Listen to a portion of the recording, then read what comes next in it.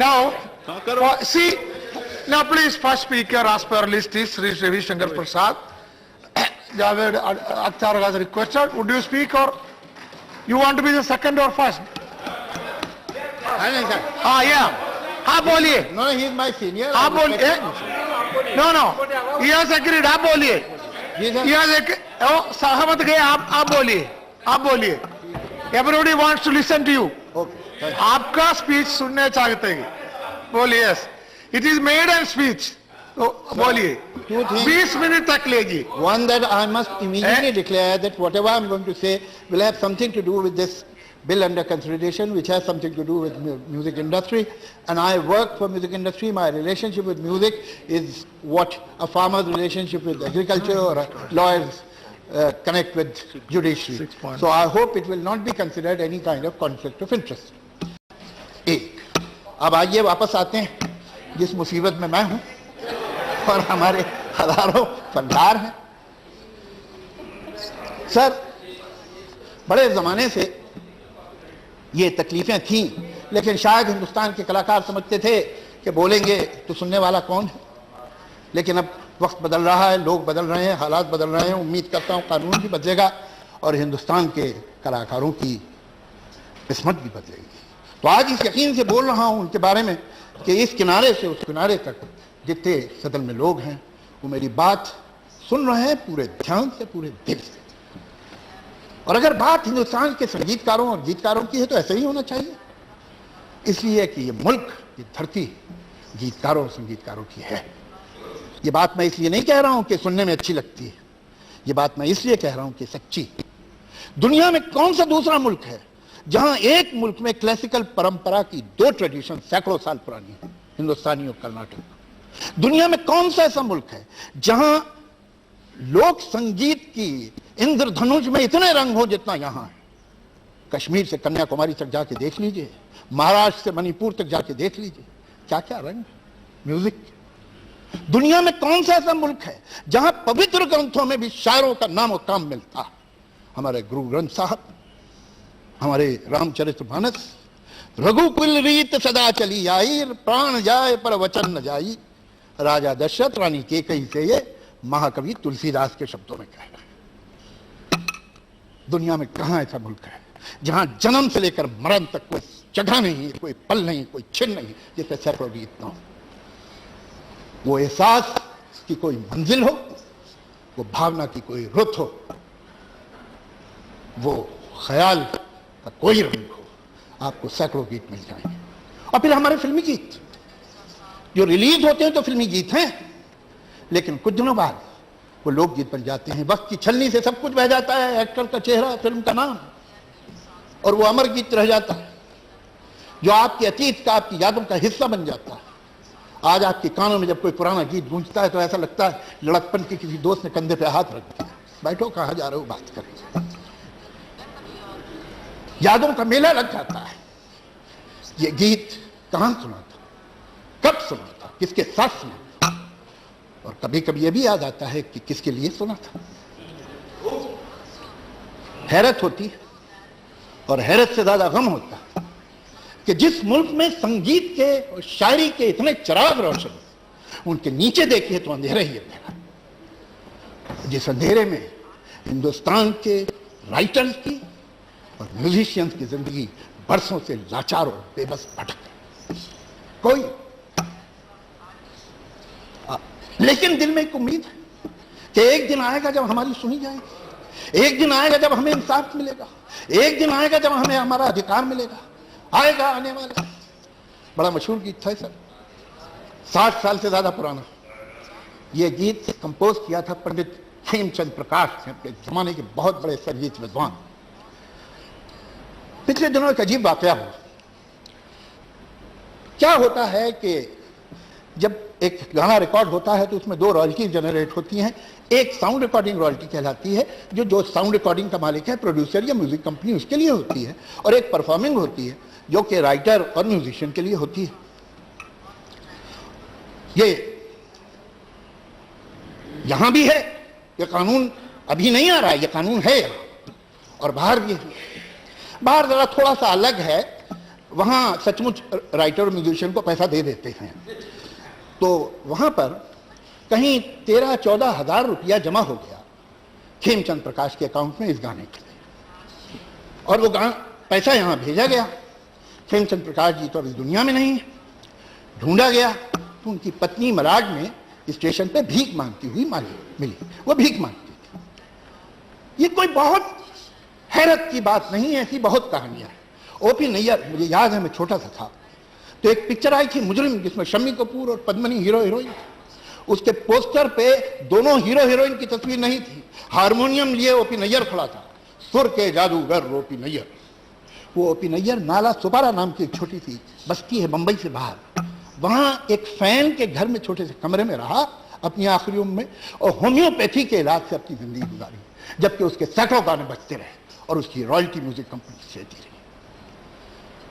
इसके मजरू, शैलेंद्र, गुलाम मोहम्मद, कितने नाम बताऊं आपको जिन लोगों ने क्या क्या कंट्रीब्यूट किया। शैलेंद्र जैसा गीतकार पैदा होगा फिर? क्या बर्बाद खत्म हुए? क्यों? क्या वजह?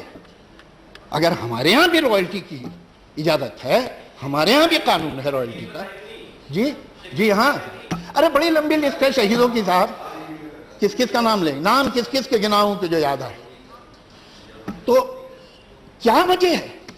इसके मुकाबले में दूसरी तरफ चलिए, 69-70 में बीटल्स की टीम टूट गई थी। पिछले साल सिर्फ पॉल मैकार्टनी को, जिसने अपनी जिंदगी में 27 गाने लिखे, 27 सॉन्ग, $16 मिलियन गाना लिखने की रॉयल्टी मिली। इल्टन जॉन, जिसने 5 साल से कोई रिकॉर्ड नहीं बनाया, पिछले साल उसे $22 मिलियन रॉयल्टी मिली। तो ये हमारे यहाँ जो रॉयल्टी का सिस्टम है, हमारे यहाँ IPRS है, इंडियन परफॉर्मेंस राइट सोसाइटी, आती भी दुनिया से जमा भी की जाती है, ये कहां चली जाती है? आप इजाजत दें तो मैं छोटा सा पैराग्राफ आपको पढ़ के सुनाता हूं।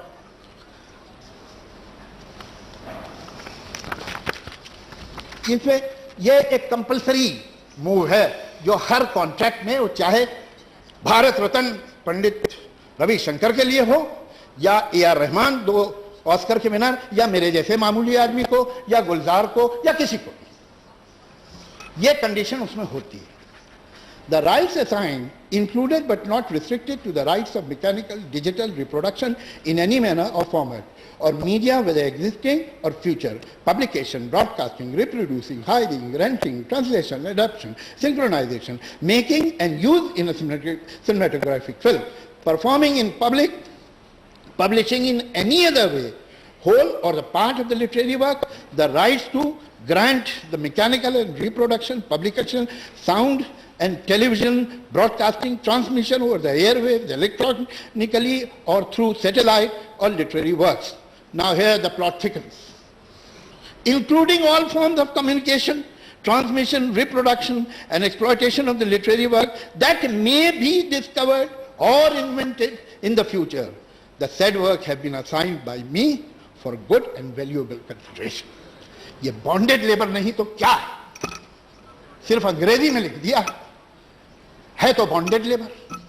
और इसके ऊपर किसने शिकायत की है? भारत रत्न रो रहा है। भारत रत्न मंत्री जी को, LOP को, प्राइम मिनिस्टर को लेटर लिख रहा है कि साहब ये रॉयल्टी का ये चेंज करा दीजिए। तो अगर AR रहमान और पंडित रविशंकर को ये शिकायत, तो बाकियों को तो हाल आप सोचिए कि क्या होगा। और इससे भी ज्यादा एक्शन की बात क्या कि ये कॉन्ट्रैक्ट सिर्फ हिंदुस्तानी देसी कंपनियां साइन नहीं करवाती, ये वो कंपनियां भी साइन करवाती हैं जो जापान की, जो जर्मनी की, जो अमेरिका की। इनकी हिम्मत नहीं हो सकती कि जापान में या जर्मनी में या अमेरिका में किसी फनकार को, किसी कलाकार को कहें इस पे साइन करो। क्या फर्क है इनमें, वो ईस्ट इंडिया कंपनी में, और क्या फर्क है उन हिंदुस्तानी कंपनियों में मीर जाफर में जो इनके साथ मिलकर काम कर रही है। हमारे कलाकार से किस किस से नाम मैं आपको सुनाऊंगा। ये सिर्फ फिल्म की प्रॉब्लम नहीं है, हर एक का आप उन्हें जलील कर रहे हैं। और ये सिर्फ पैसे की भी बात नहीं, जब इतनी ग्रिप होती है, मार्केटिंग इतनी स्ट्रांग हो जाए तो क्रिएटिविटी दबती है। वो हुक्म देते हैं मुझे पिछले दिनों शिव कुमार शर्मा जी, मतलब हमें प्राउड होना चाहिए कि हमारे पास एक ऐसा फनकार, ऐसा कलाकार, उनको एक म्यूजिक कंपनी ने बुलाया। कल देखिए हम आपका एक बनाते हैं, मैं आपका क्या है, शुरू बड़ा धीरे धीरे करके आप, वो एंड में जो तेज होता है ना, आप उसको शुरू कीजिए तो चलेगा। ये म्यूजिक कंपनी वाला शिव कुमार शर्मा को बता रहा है। उन्होंने कहा साहब मेरे मोहल्ले में एक बैंड है, बारातों में जाता, आप उसका बना लीजिए एक बार, मुझे माफ कर दीजिए। एक बार मेरे साथ वाकया हो चुका, एक म्यूजिक सिटी में था, म्यूजिक कंपनी के मालिक आ गए, तो मैंने सोचा शायद मेरे फैन होंगे, सुनने आया, मैंने क्या लिखा है तो सुना उन्होंने, कहने वो आपने पहली लाइन में एक वर्ड लिखा है रूठना, ये वर्ड निकाल दीजिए। मैंने कहा क्यों? नहीं आजकल ये वर्ड चलता नहीं। मैं कहा नहीं चलता है? नहीं वो अब क्या है, मैंने कई गाने सुना है जिसमें वर्ड रूठना, ओ कभी होगा, ये वर्ड आप निकाल दीजिए। तो मैंने कहा देखिए भाई, अगर आपको इस तरह से काम करना है तो मैं तो कर नहीं सकता हूं, आप किसी और को ले लीजिए। मेरी बड़ी इज्जत करता था, अगले ही दिन मेरी बात मान लिया और किसी और को ले लिया, मुझे निकाल दिया।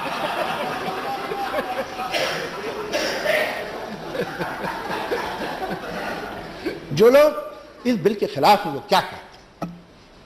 वो कहते हैं कि देखिए आपने तो गाना लिखा था, किसी ने म्यूजिक दी, एक प्रोड्यूसर ने बड़ा पैसा खर्च करके उसे रिकॉर्ड किया, उस प्रोड्यूसर ने, फिल्म प्रोड्यूसर, उस गाने को बड़े बड़े स्टार्स पे, बड़ी अजीब अजीब लोकेशन पे जाके पिक्चराइज किया, उसमें बड़े बड़े शॉट डाले, बड़े बड़े विजुअल डाले। ये सब किस काम के लिए किया? फिल्म के लिए। ये फिल्म प्रोड्यूसर है, ये म्यूजिक प्रोड्यूसर नहीं। और इसे ये गाना फिल्म के लिए चाहिए, ये गाना फिल्म के लिए रिकॉर्ड करता है। हम तो फिल्म से कुछ नहीं मांग रहे, तुम्हारी फिल्म सुपरहिट हो जाए तुम जानो, न चले तुम जानो, हमारा उससे कोई रिश्ता नहीं। फिल्म बड़ी से बड़ी हिट हो जाए, आप एक नया पैसा, मैंने बहुत सुपरहिट फिल्में लिखी है साहब, मेरे पास तो कोई प्रोड्यूसर आया नहीं कि हुजूर आपने तो शोले लिख दी, दीवार लिख दी, त्रिशूल लिख दी, ये लीजिए कुछ आपके लिए लाया हूं, हमने तो नहीं देखा। तो ये तो पिक्चर के लिए था, हमने पैसा ले लिया, अब आपकी किस्मत, आप कैसी पिक्चर बनाते हैं, हम तो जिम्मेदार नहीं उसके। अगर हिट है तो भी आपका क्रेडिट, फ्लॉप है तो भी आपकी क्रेडिट। जब आप इसमें से निकालते हैं और दूसरी जगह इस्तेमाल करते हैं तो वहां भी जो रॉयल्टी होती है, जरा देखिए, सरकार ने कानून बनाया था कि वो 50% जाएगी आर्टिस्टों को और 50% हमें जाएगी। हम लोगों ने वहां कहा नहीं, ये अचानक ऐसी बात होगी तो अच्छा नहीं लगेगा, आप 75% दे दीजिए, और चेंज किया गया हमारे कहने पर। यह शराफत हमारी थी, मगर उनकी शराफत यह है कि उन्हें 99 नहीं चाहिए, उन्हें 100 चाहिए। तो ये तो दूसरी जगहों से आ रहा है। अगर यहां भी उनका हक है तो फिर एक काम कीजिए, एक आदमी एक फिल्म बनाता है, उसमें शाहरुख खान हीरो है, पिक्चर चली नहीं चली कोई बात नहीं, मैं उसमें से 4 शॉट निकाल के, मैं प्रिंट का मालिक हूं, एक ब्यूटी के एड में इस्तेमाल कर लेता हूं, मुझे हक है। वो कहेगा कि मैंने ये शॉट तो फिल्म के लिए दिया था, आपने ब्यूटी के एड में कैसे इस्तेमाल कर लिया? यही मेरा सवाल है कि गाना हमने फिल्म के लिए दिया था, वहां हम कोई क्लेम नहीं कर रहे, आप फिल्म से निकाल के जब उसे इस्तेमाल करते हैं तब भी हम कहते हैं 75% ले लो तुम, 12.5 तुम देने में तकलीफ है तुम्हें। ये तो लालच की बात, बहुत छोटी बात। फिर एक नुक्ता, एक साहब कहले साहब ये तो अगर ये होगा कि आप अलाउ नहीं करेंगे सारी रॉयल्टी ले लेना, यहां कॉपीराइट असाइनमेंट बैन नहीं है, इसमें ये सिर्फ डिसिप्लिन किया गया है कि इतनी रॉयल्टी आप उनसे नहीं ले सकते या आप नहीं दे सकते। चलिए पाबंदी प्रोड्यूसर्स पे नहीं है, म्यूजिक कंपनीज पे नहीं है, ये पाबंदी हम पे, आर्टिस्टों पे है, राइटर्स पे है, लेकिन शिकायत उन लोगों को है, हमें शिकायत नहीं है। हमारे तो सारे हिंदुस्तान के कलाकार हाथ जोड़ रहे हैं सरकार के और ऑपोजिशन के कि प्लीज इसे 25% नॉन असाइन करवा दीजिए। तो ये जो है आप 75 इसमें से ले रहे हैं, इतना और क्या चाहिए आपको? मगर कहते हैं तो कॉन्ट्रैक्ट पे हिंड्रेंस है। अच्छा, तो फिर मिनिमम वेजेस लेजिस्लेशन भी कॉन्ट्रैक्ट पे हिंड्रेंस है। आज हम जहां खड़े हैं दिल्ली में, वहां एग्रीकल्चर में स्किल लेबर 328 रुपए से कम में काम नहीं कर सकता, अनस्किल लेबर 270 से कम में काम नहीं कर सकता। वो कह रहा है साहब मैं 150 में करने को तैयार हूं, आप मुझे क्यों रोक रहे हो? तो हिंड्रेंस तो कॉन्ट्रैक्ट हो गए। डाउरी प्रिवेंशन क्या है? Prohibition act. एक आदमी है, उसकी बेटी है, वो डाउरी देने को तैयार है, उसकी बेटी डाउरी के लिए तैयार है, लड़का डाउरी लेने को तैयार है, लड़के का बाप से सरकार को क्या एतराज है? सरकार को इतराज ये है कि उसे मालूम है कि ये इक्वल का फैसला नहीं हो रहा है, ये मजबूर है, इसको रोकना पड़ेगा हमें। चाइल्ड लेबर में क्या गड़बड़ है? जो चाइल्ड लेबर प्रोहिबिशन और रेगुलेशन एक्ट है वो क्या है? अरे भाई, माँ बाप अपने बच्चों को काम कराने को तैयार है, बच्चा तैयार है, कारखाने वाला तैयार है, मगर हमें मालूम है कि ये तैयारी किस हालत में होती है। और ये भी देखिए कि पिछले 20 बरस में स्टैंडिंग कमेटी ने कहा कि हमको एक कॉन्ट्रैक्ट ला के दो जिसमें राइटर्स ने अपने पब्लिशिंग राइट तुम्हें नहीं दिए, वो नहीं ला सकते, इसलिए है ही नहीं। ये बॉन्डेड लेबर है। उसके बाद हमदर्दी भी है, कह रही है अगर बेचारा जरूरत पड़ गई उसे, अचानक सब बेचना चाहे तो आपने तो उसका हाथ बांध दिया। मैं एनके सिंह साहब की इजाजत से शेक्सपियर को कोट करना चाहूंगा, इसलिए यहां मैं समझता हूं इसके कॉपीराइट कम से कम इस हाउस में उनके पास है। It's time to fear when parents kiss. Actually, 20 minutes allotted for you. Okay, sir, okay. Because we have to complete it. Please. Allow him to speak. Allow him to speak. चाहते हैं Mr. Maiden. Deputy Chair, sir. We have to. Mr. Maiden speech let him speak. Now, maiden speech is also restricted to 20 Let him minutes. speak. Yes. So we should be given a special. All of you accept it, no problem. But 13% have to speak. No, let him speak. 13 वो पता नहीं members. किसका मसला है, जब मेरी बार ये आई तो पर्दा गिरा दिया।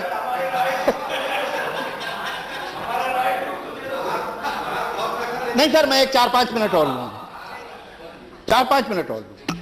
फिर ये है कि साहब देखिए, इतना जो है, it's time to fear when tyrants kiss. जब जालिम हमदर्दी करे तो डरने का वक्त है। जब म्यूजिक कंपनी कह रही है बेचारे राइटर का क्या होगा अगर इसके पास ये राइट नहीं है, और इसके खिलाफ कौन लोग हैं जो हाथ जोड़ के कहते हैं कि भाई ये ना कीजिएगा, जरा नाम सुनिए आप। कुछ सारे तो नाम बहुत ज्यादा है, सारे तो मैं नाम नहीं दे सकता, लेकिन कुछ नाम आपको दे देता हूं।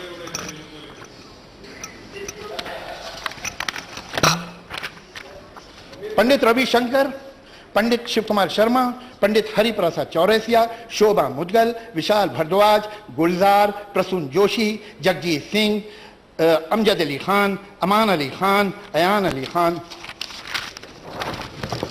रवि जी इंतजार में ही चले गए, जगजीत भी इंतजार में ही चला गया, इनके भी सिग्नेचर हैं। विशाल शेखर जी नहीं, वो नहीं सर, वो जो टैलेंटेड थे।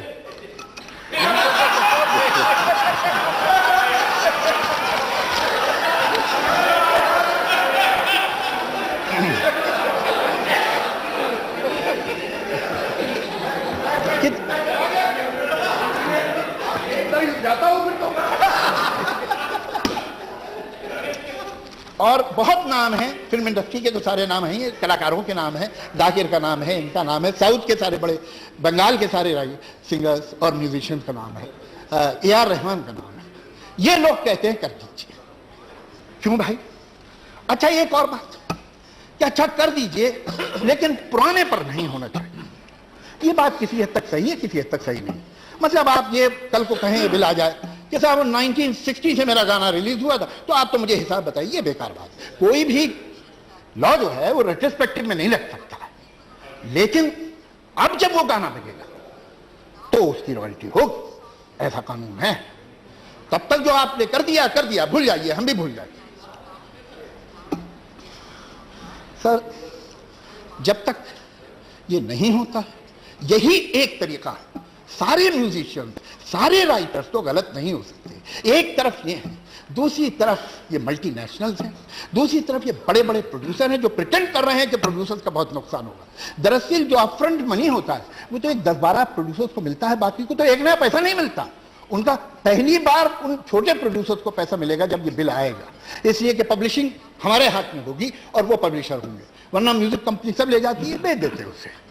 तो 90% प्रोड्यूसर्स का इससे फायदा ही होना है, और सच तो यह है कि जो 10% समझ रहे हैं कि उनका नुकसान होगा, उनका भी फायदा ही होना है। इसलिए कि वो जितने में बेचते हैं वो कम है, लेकिन जब तक ये बिल पास नहीं हुआ तब तक ये जुल्म, ये सितम, ये लूट चलती ही रहेगी। ये एक अंधेरा है जिसमें हम चल रहे हैं। और मुझे वो शेर याद आता है, क्या रात नहीं लाभ लेती ढलने का, यही तो वक्त है सूरज तेरे निकलने का। ये बिल आज पास होना चाहिए और अभी। शुक्रिया। Thank you very much.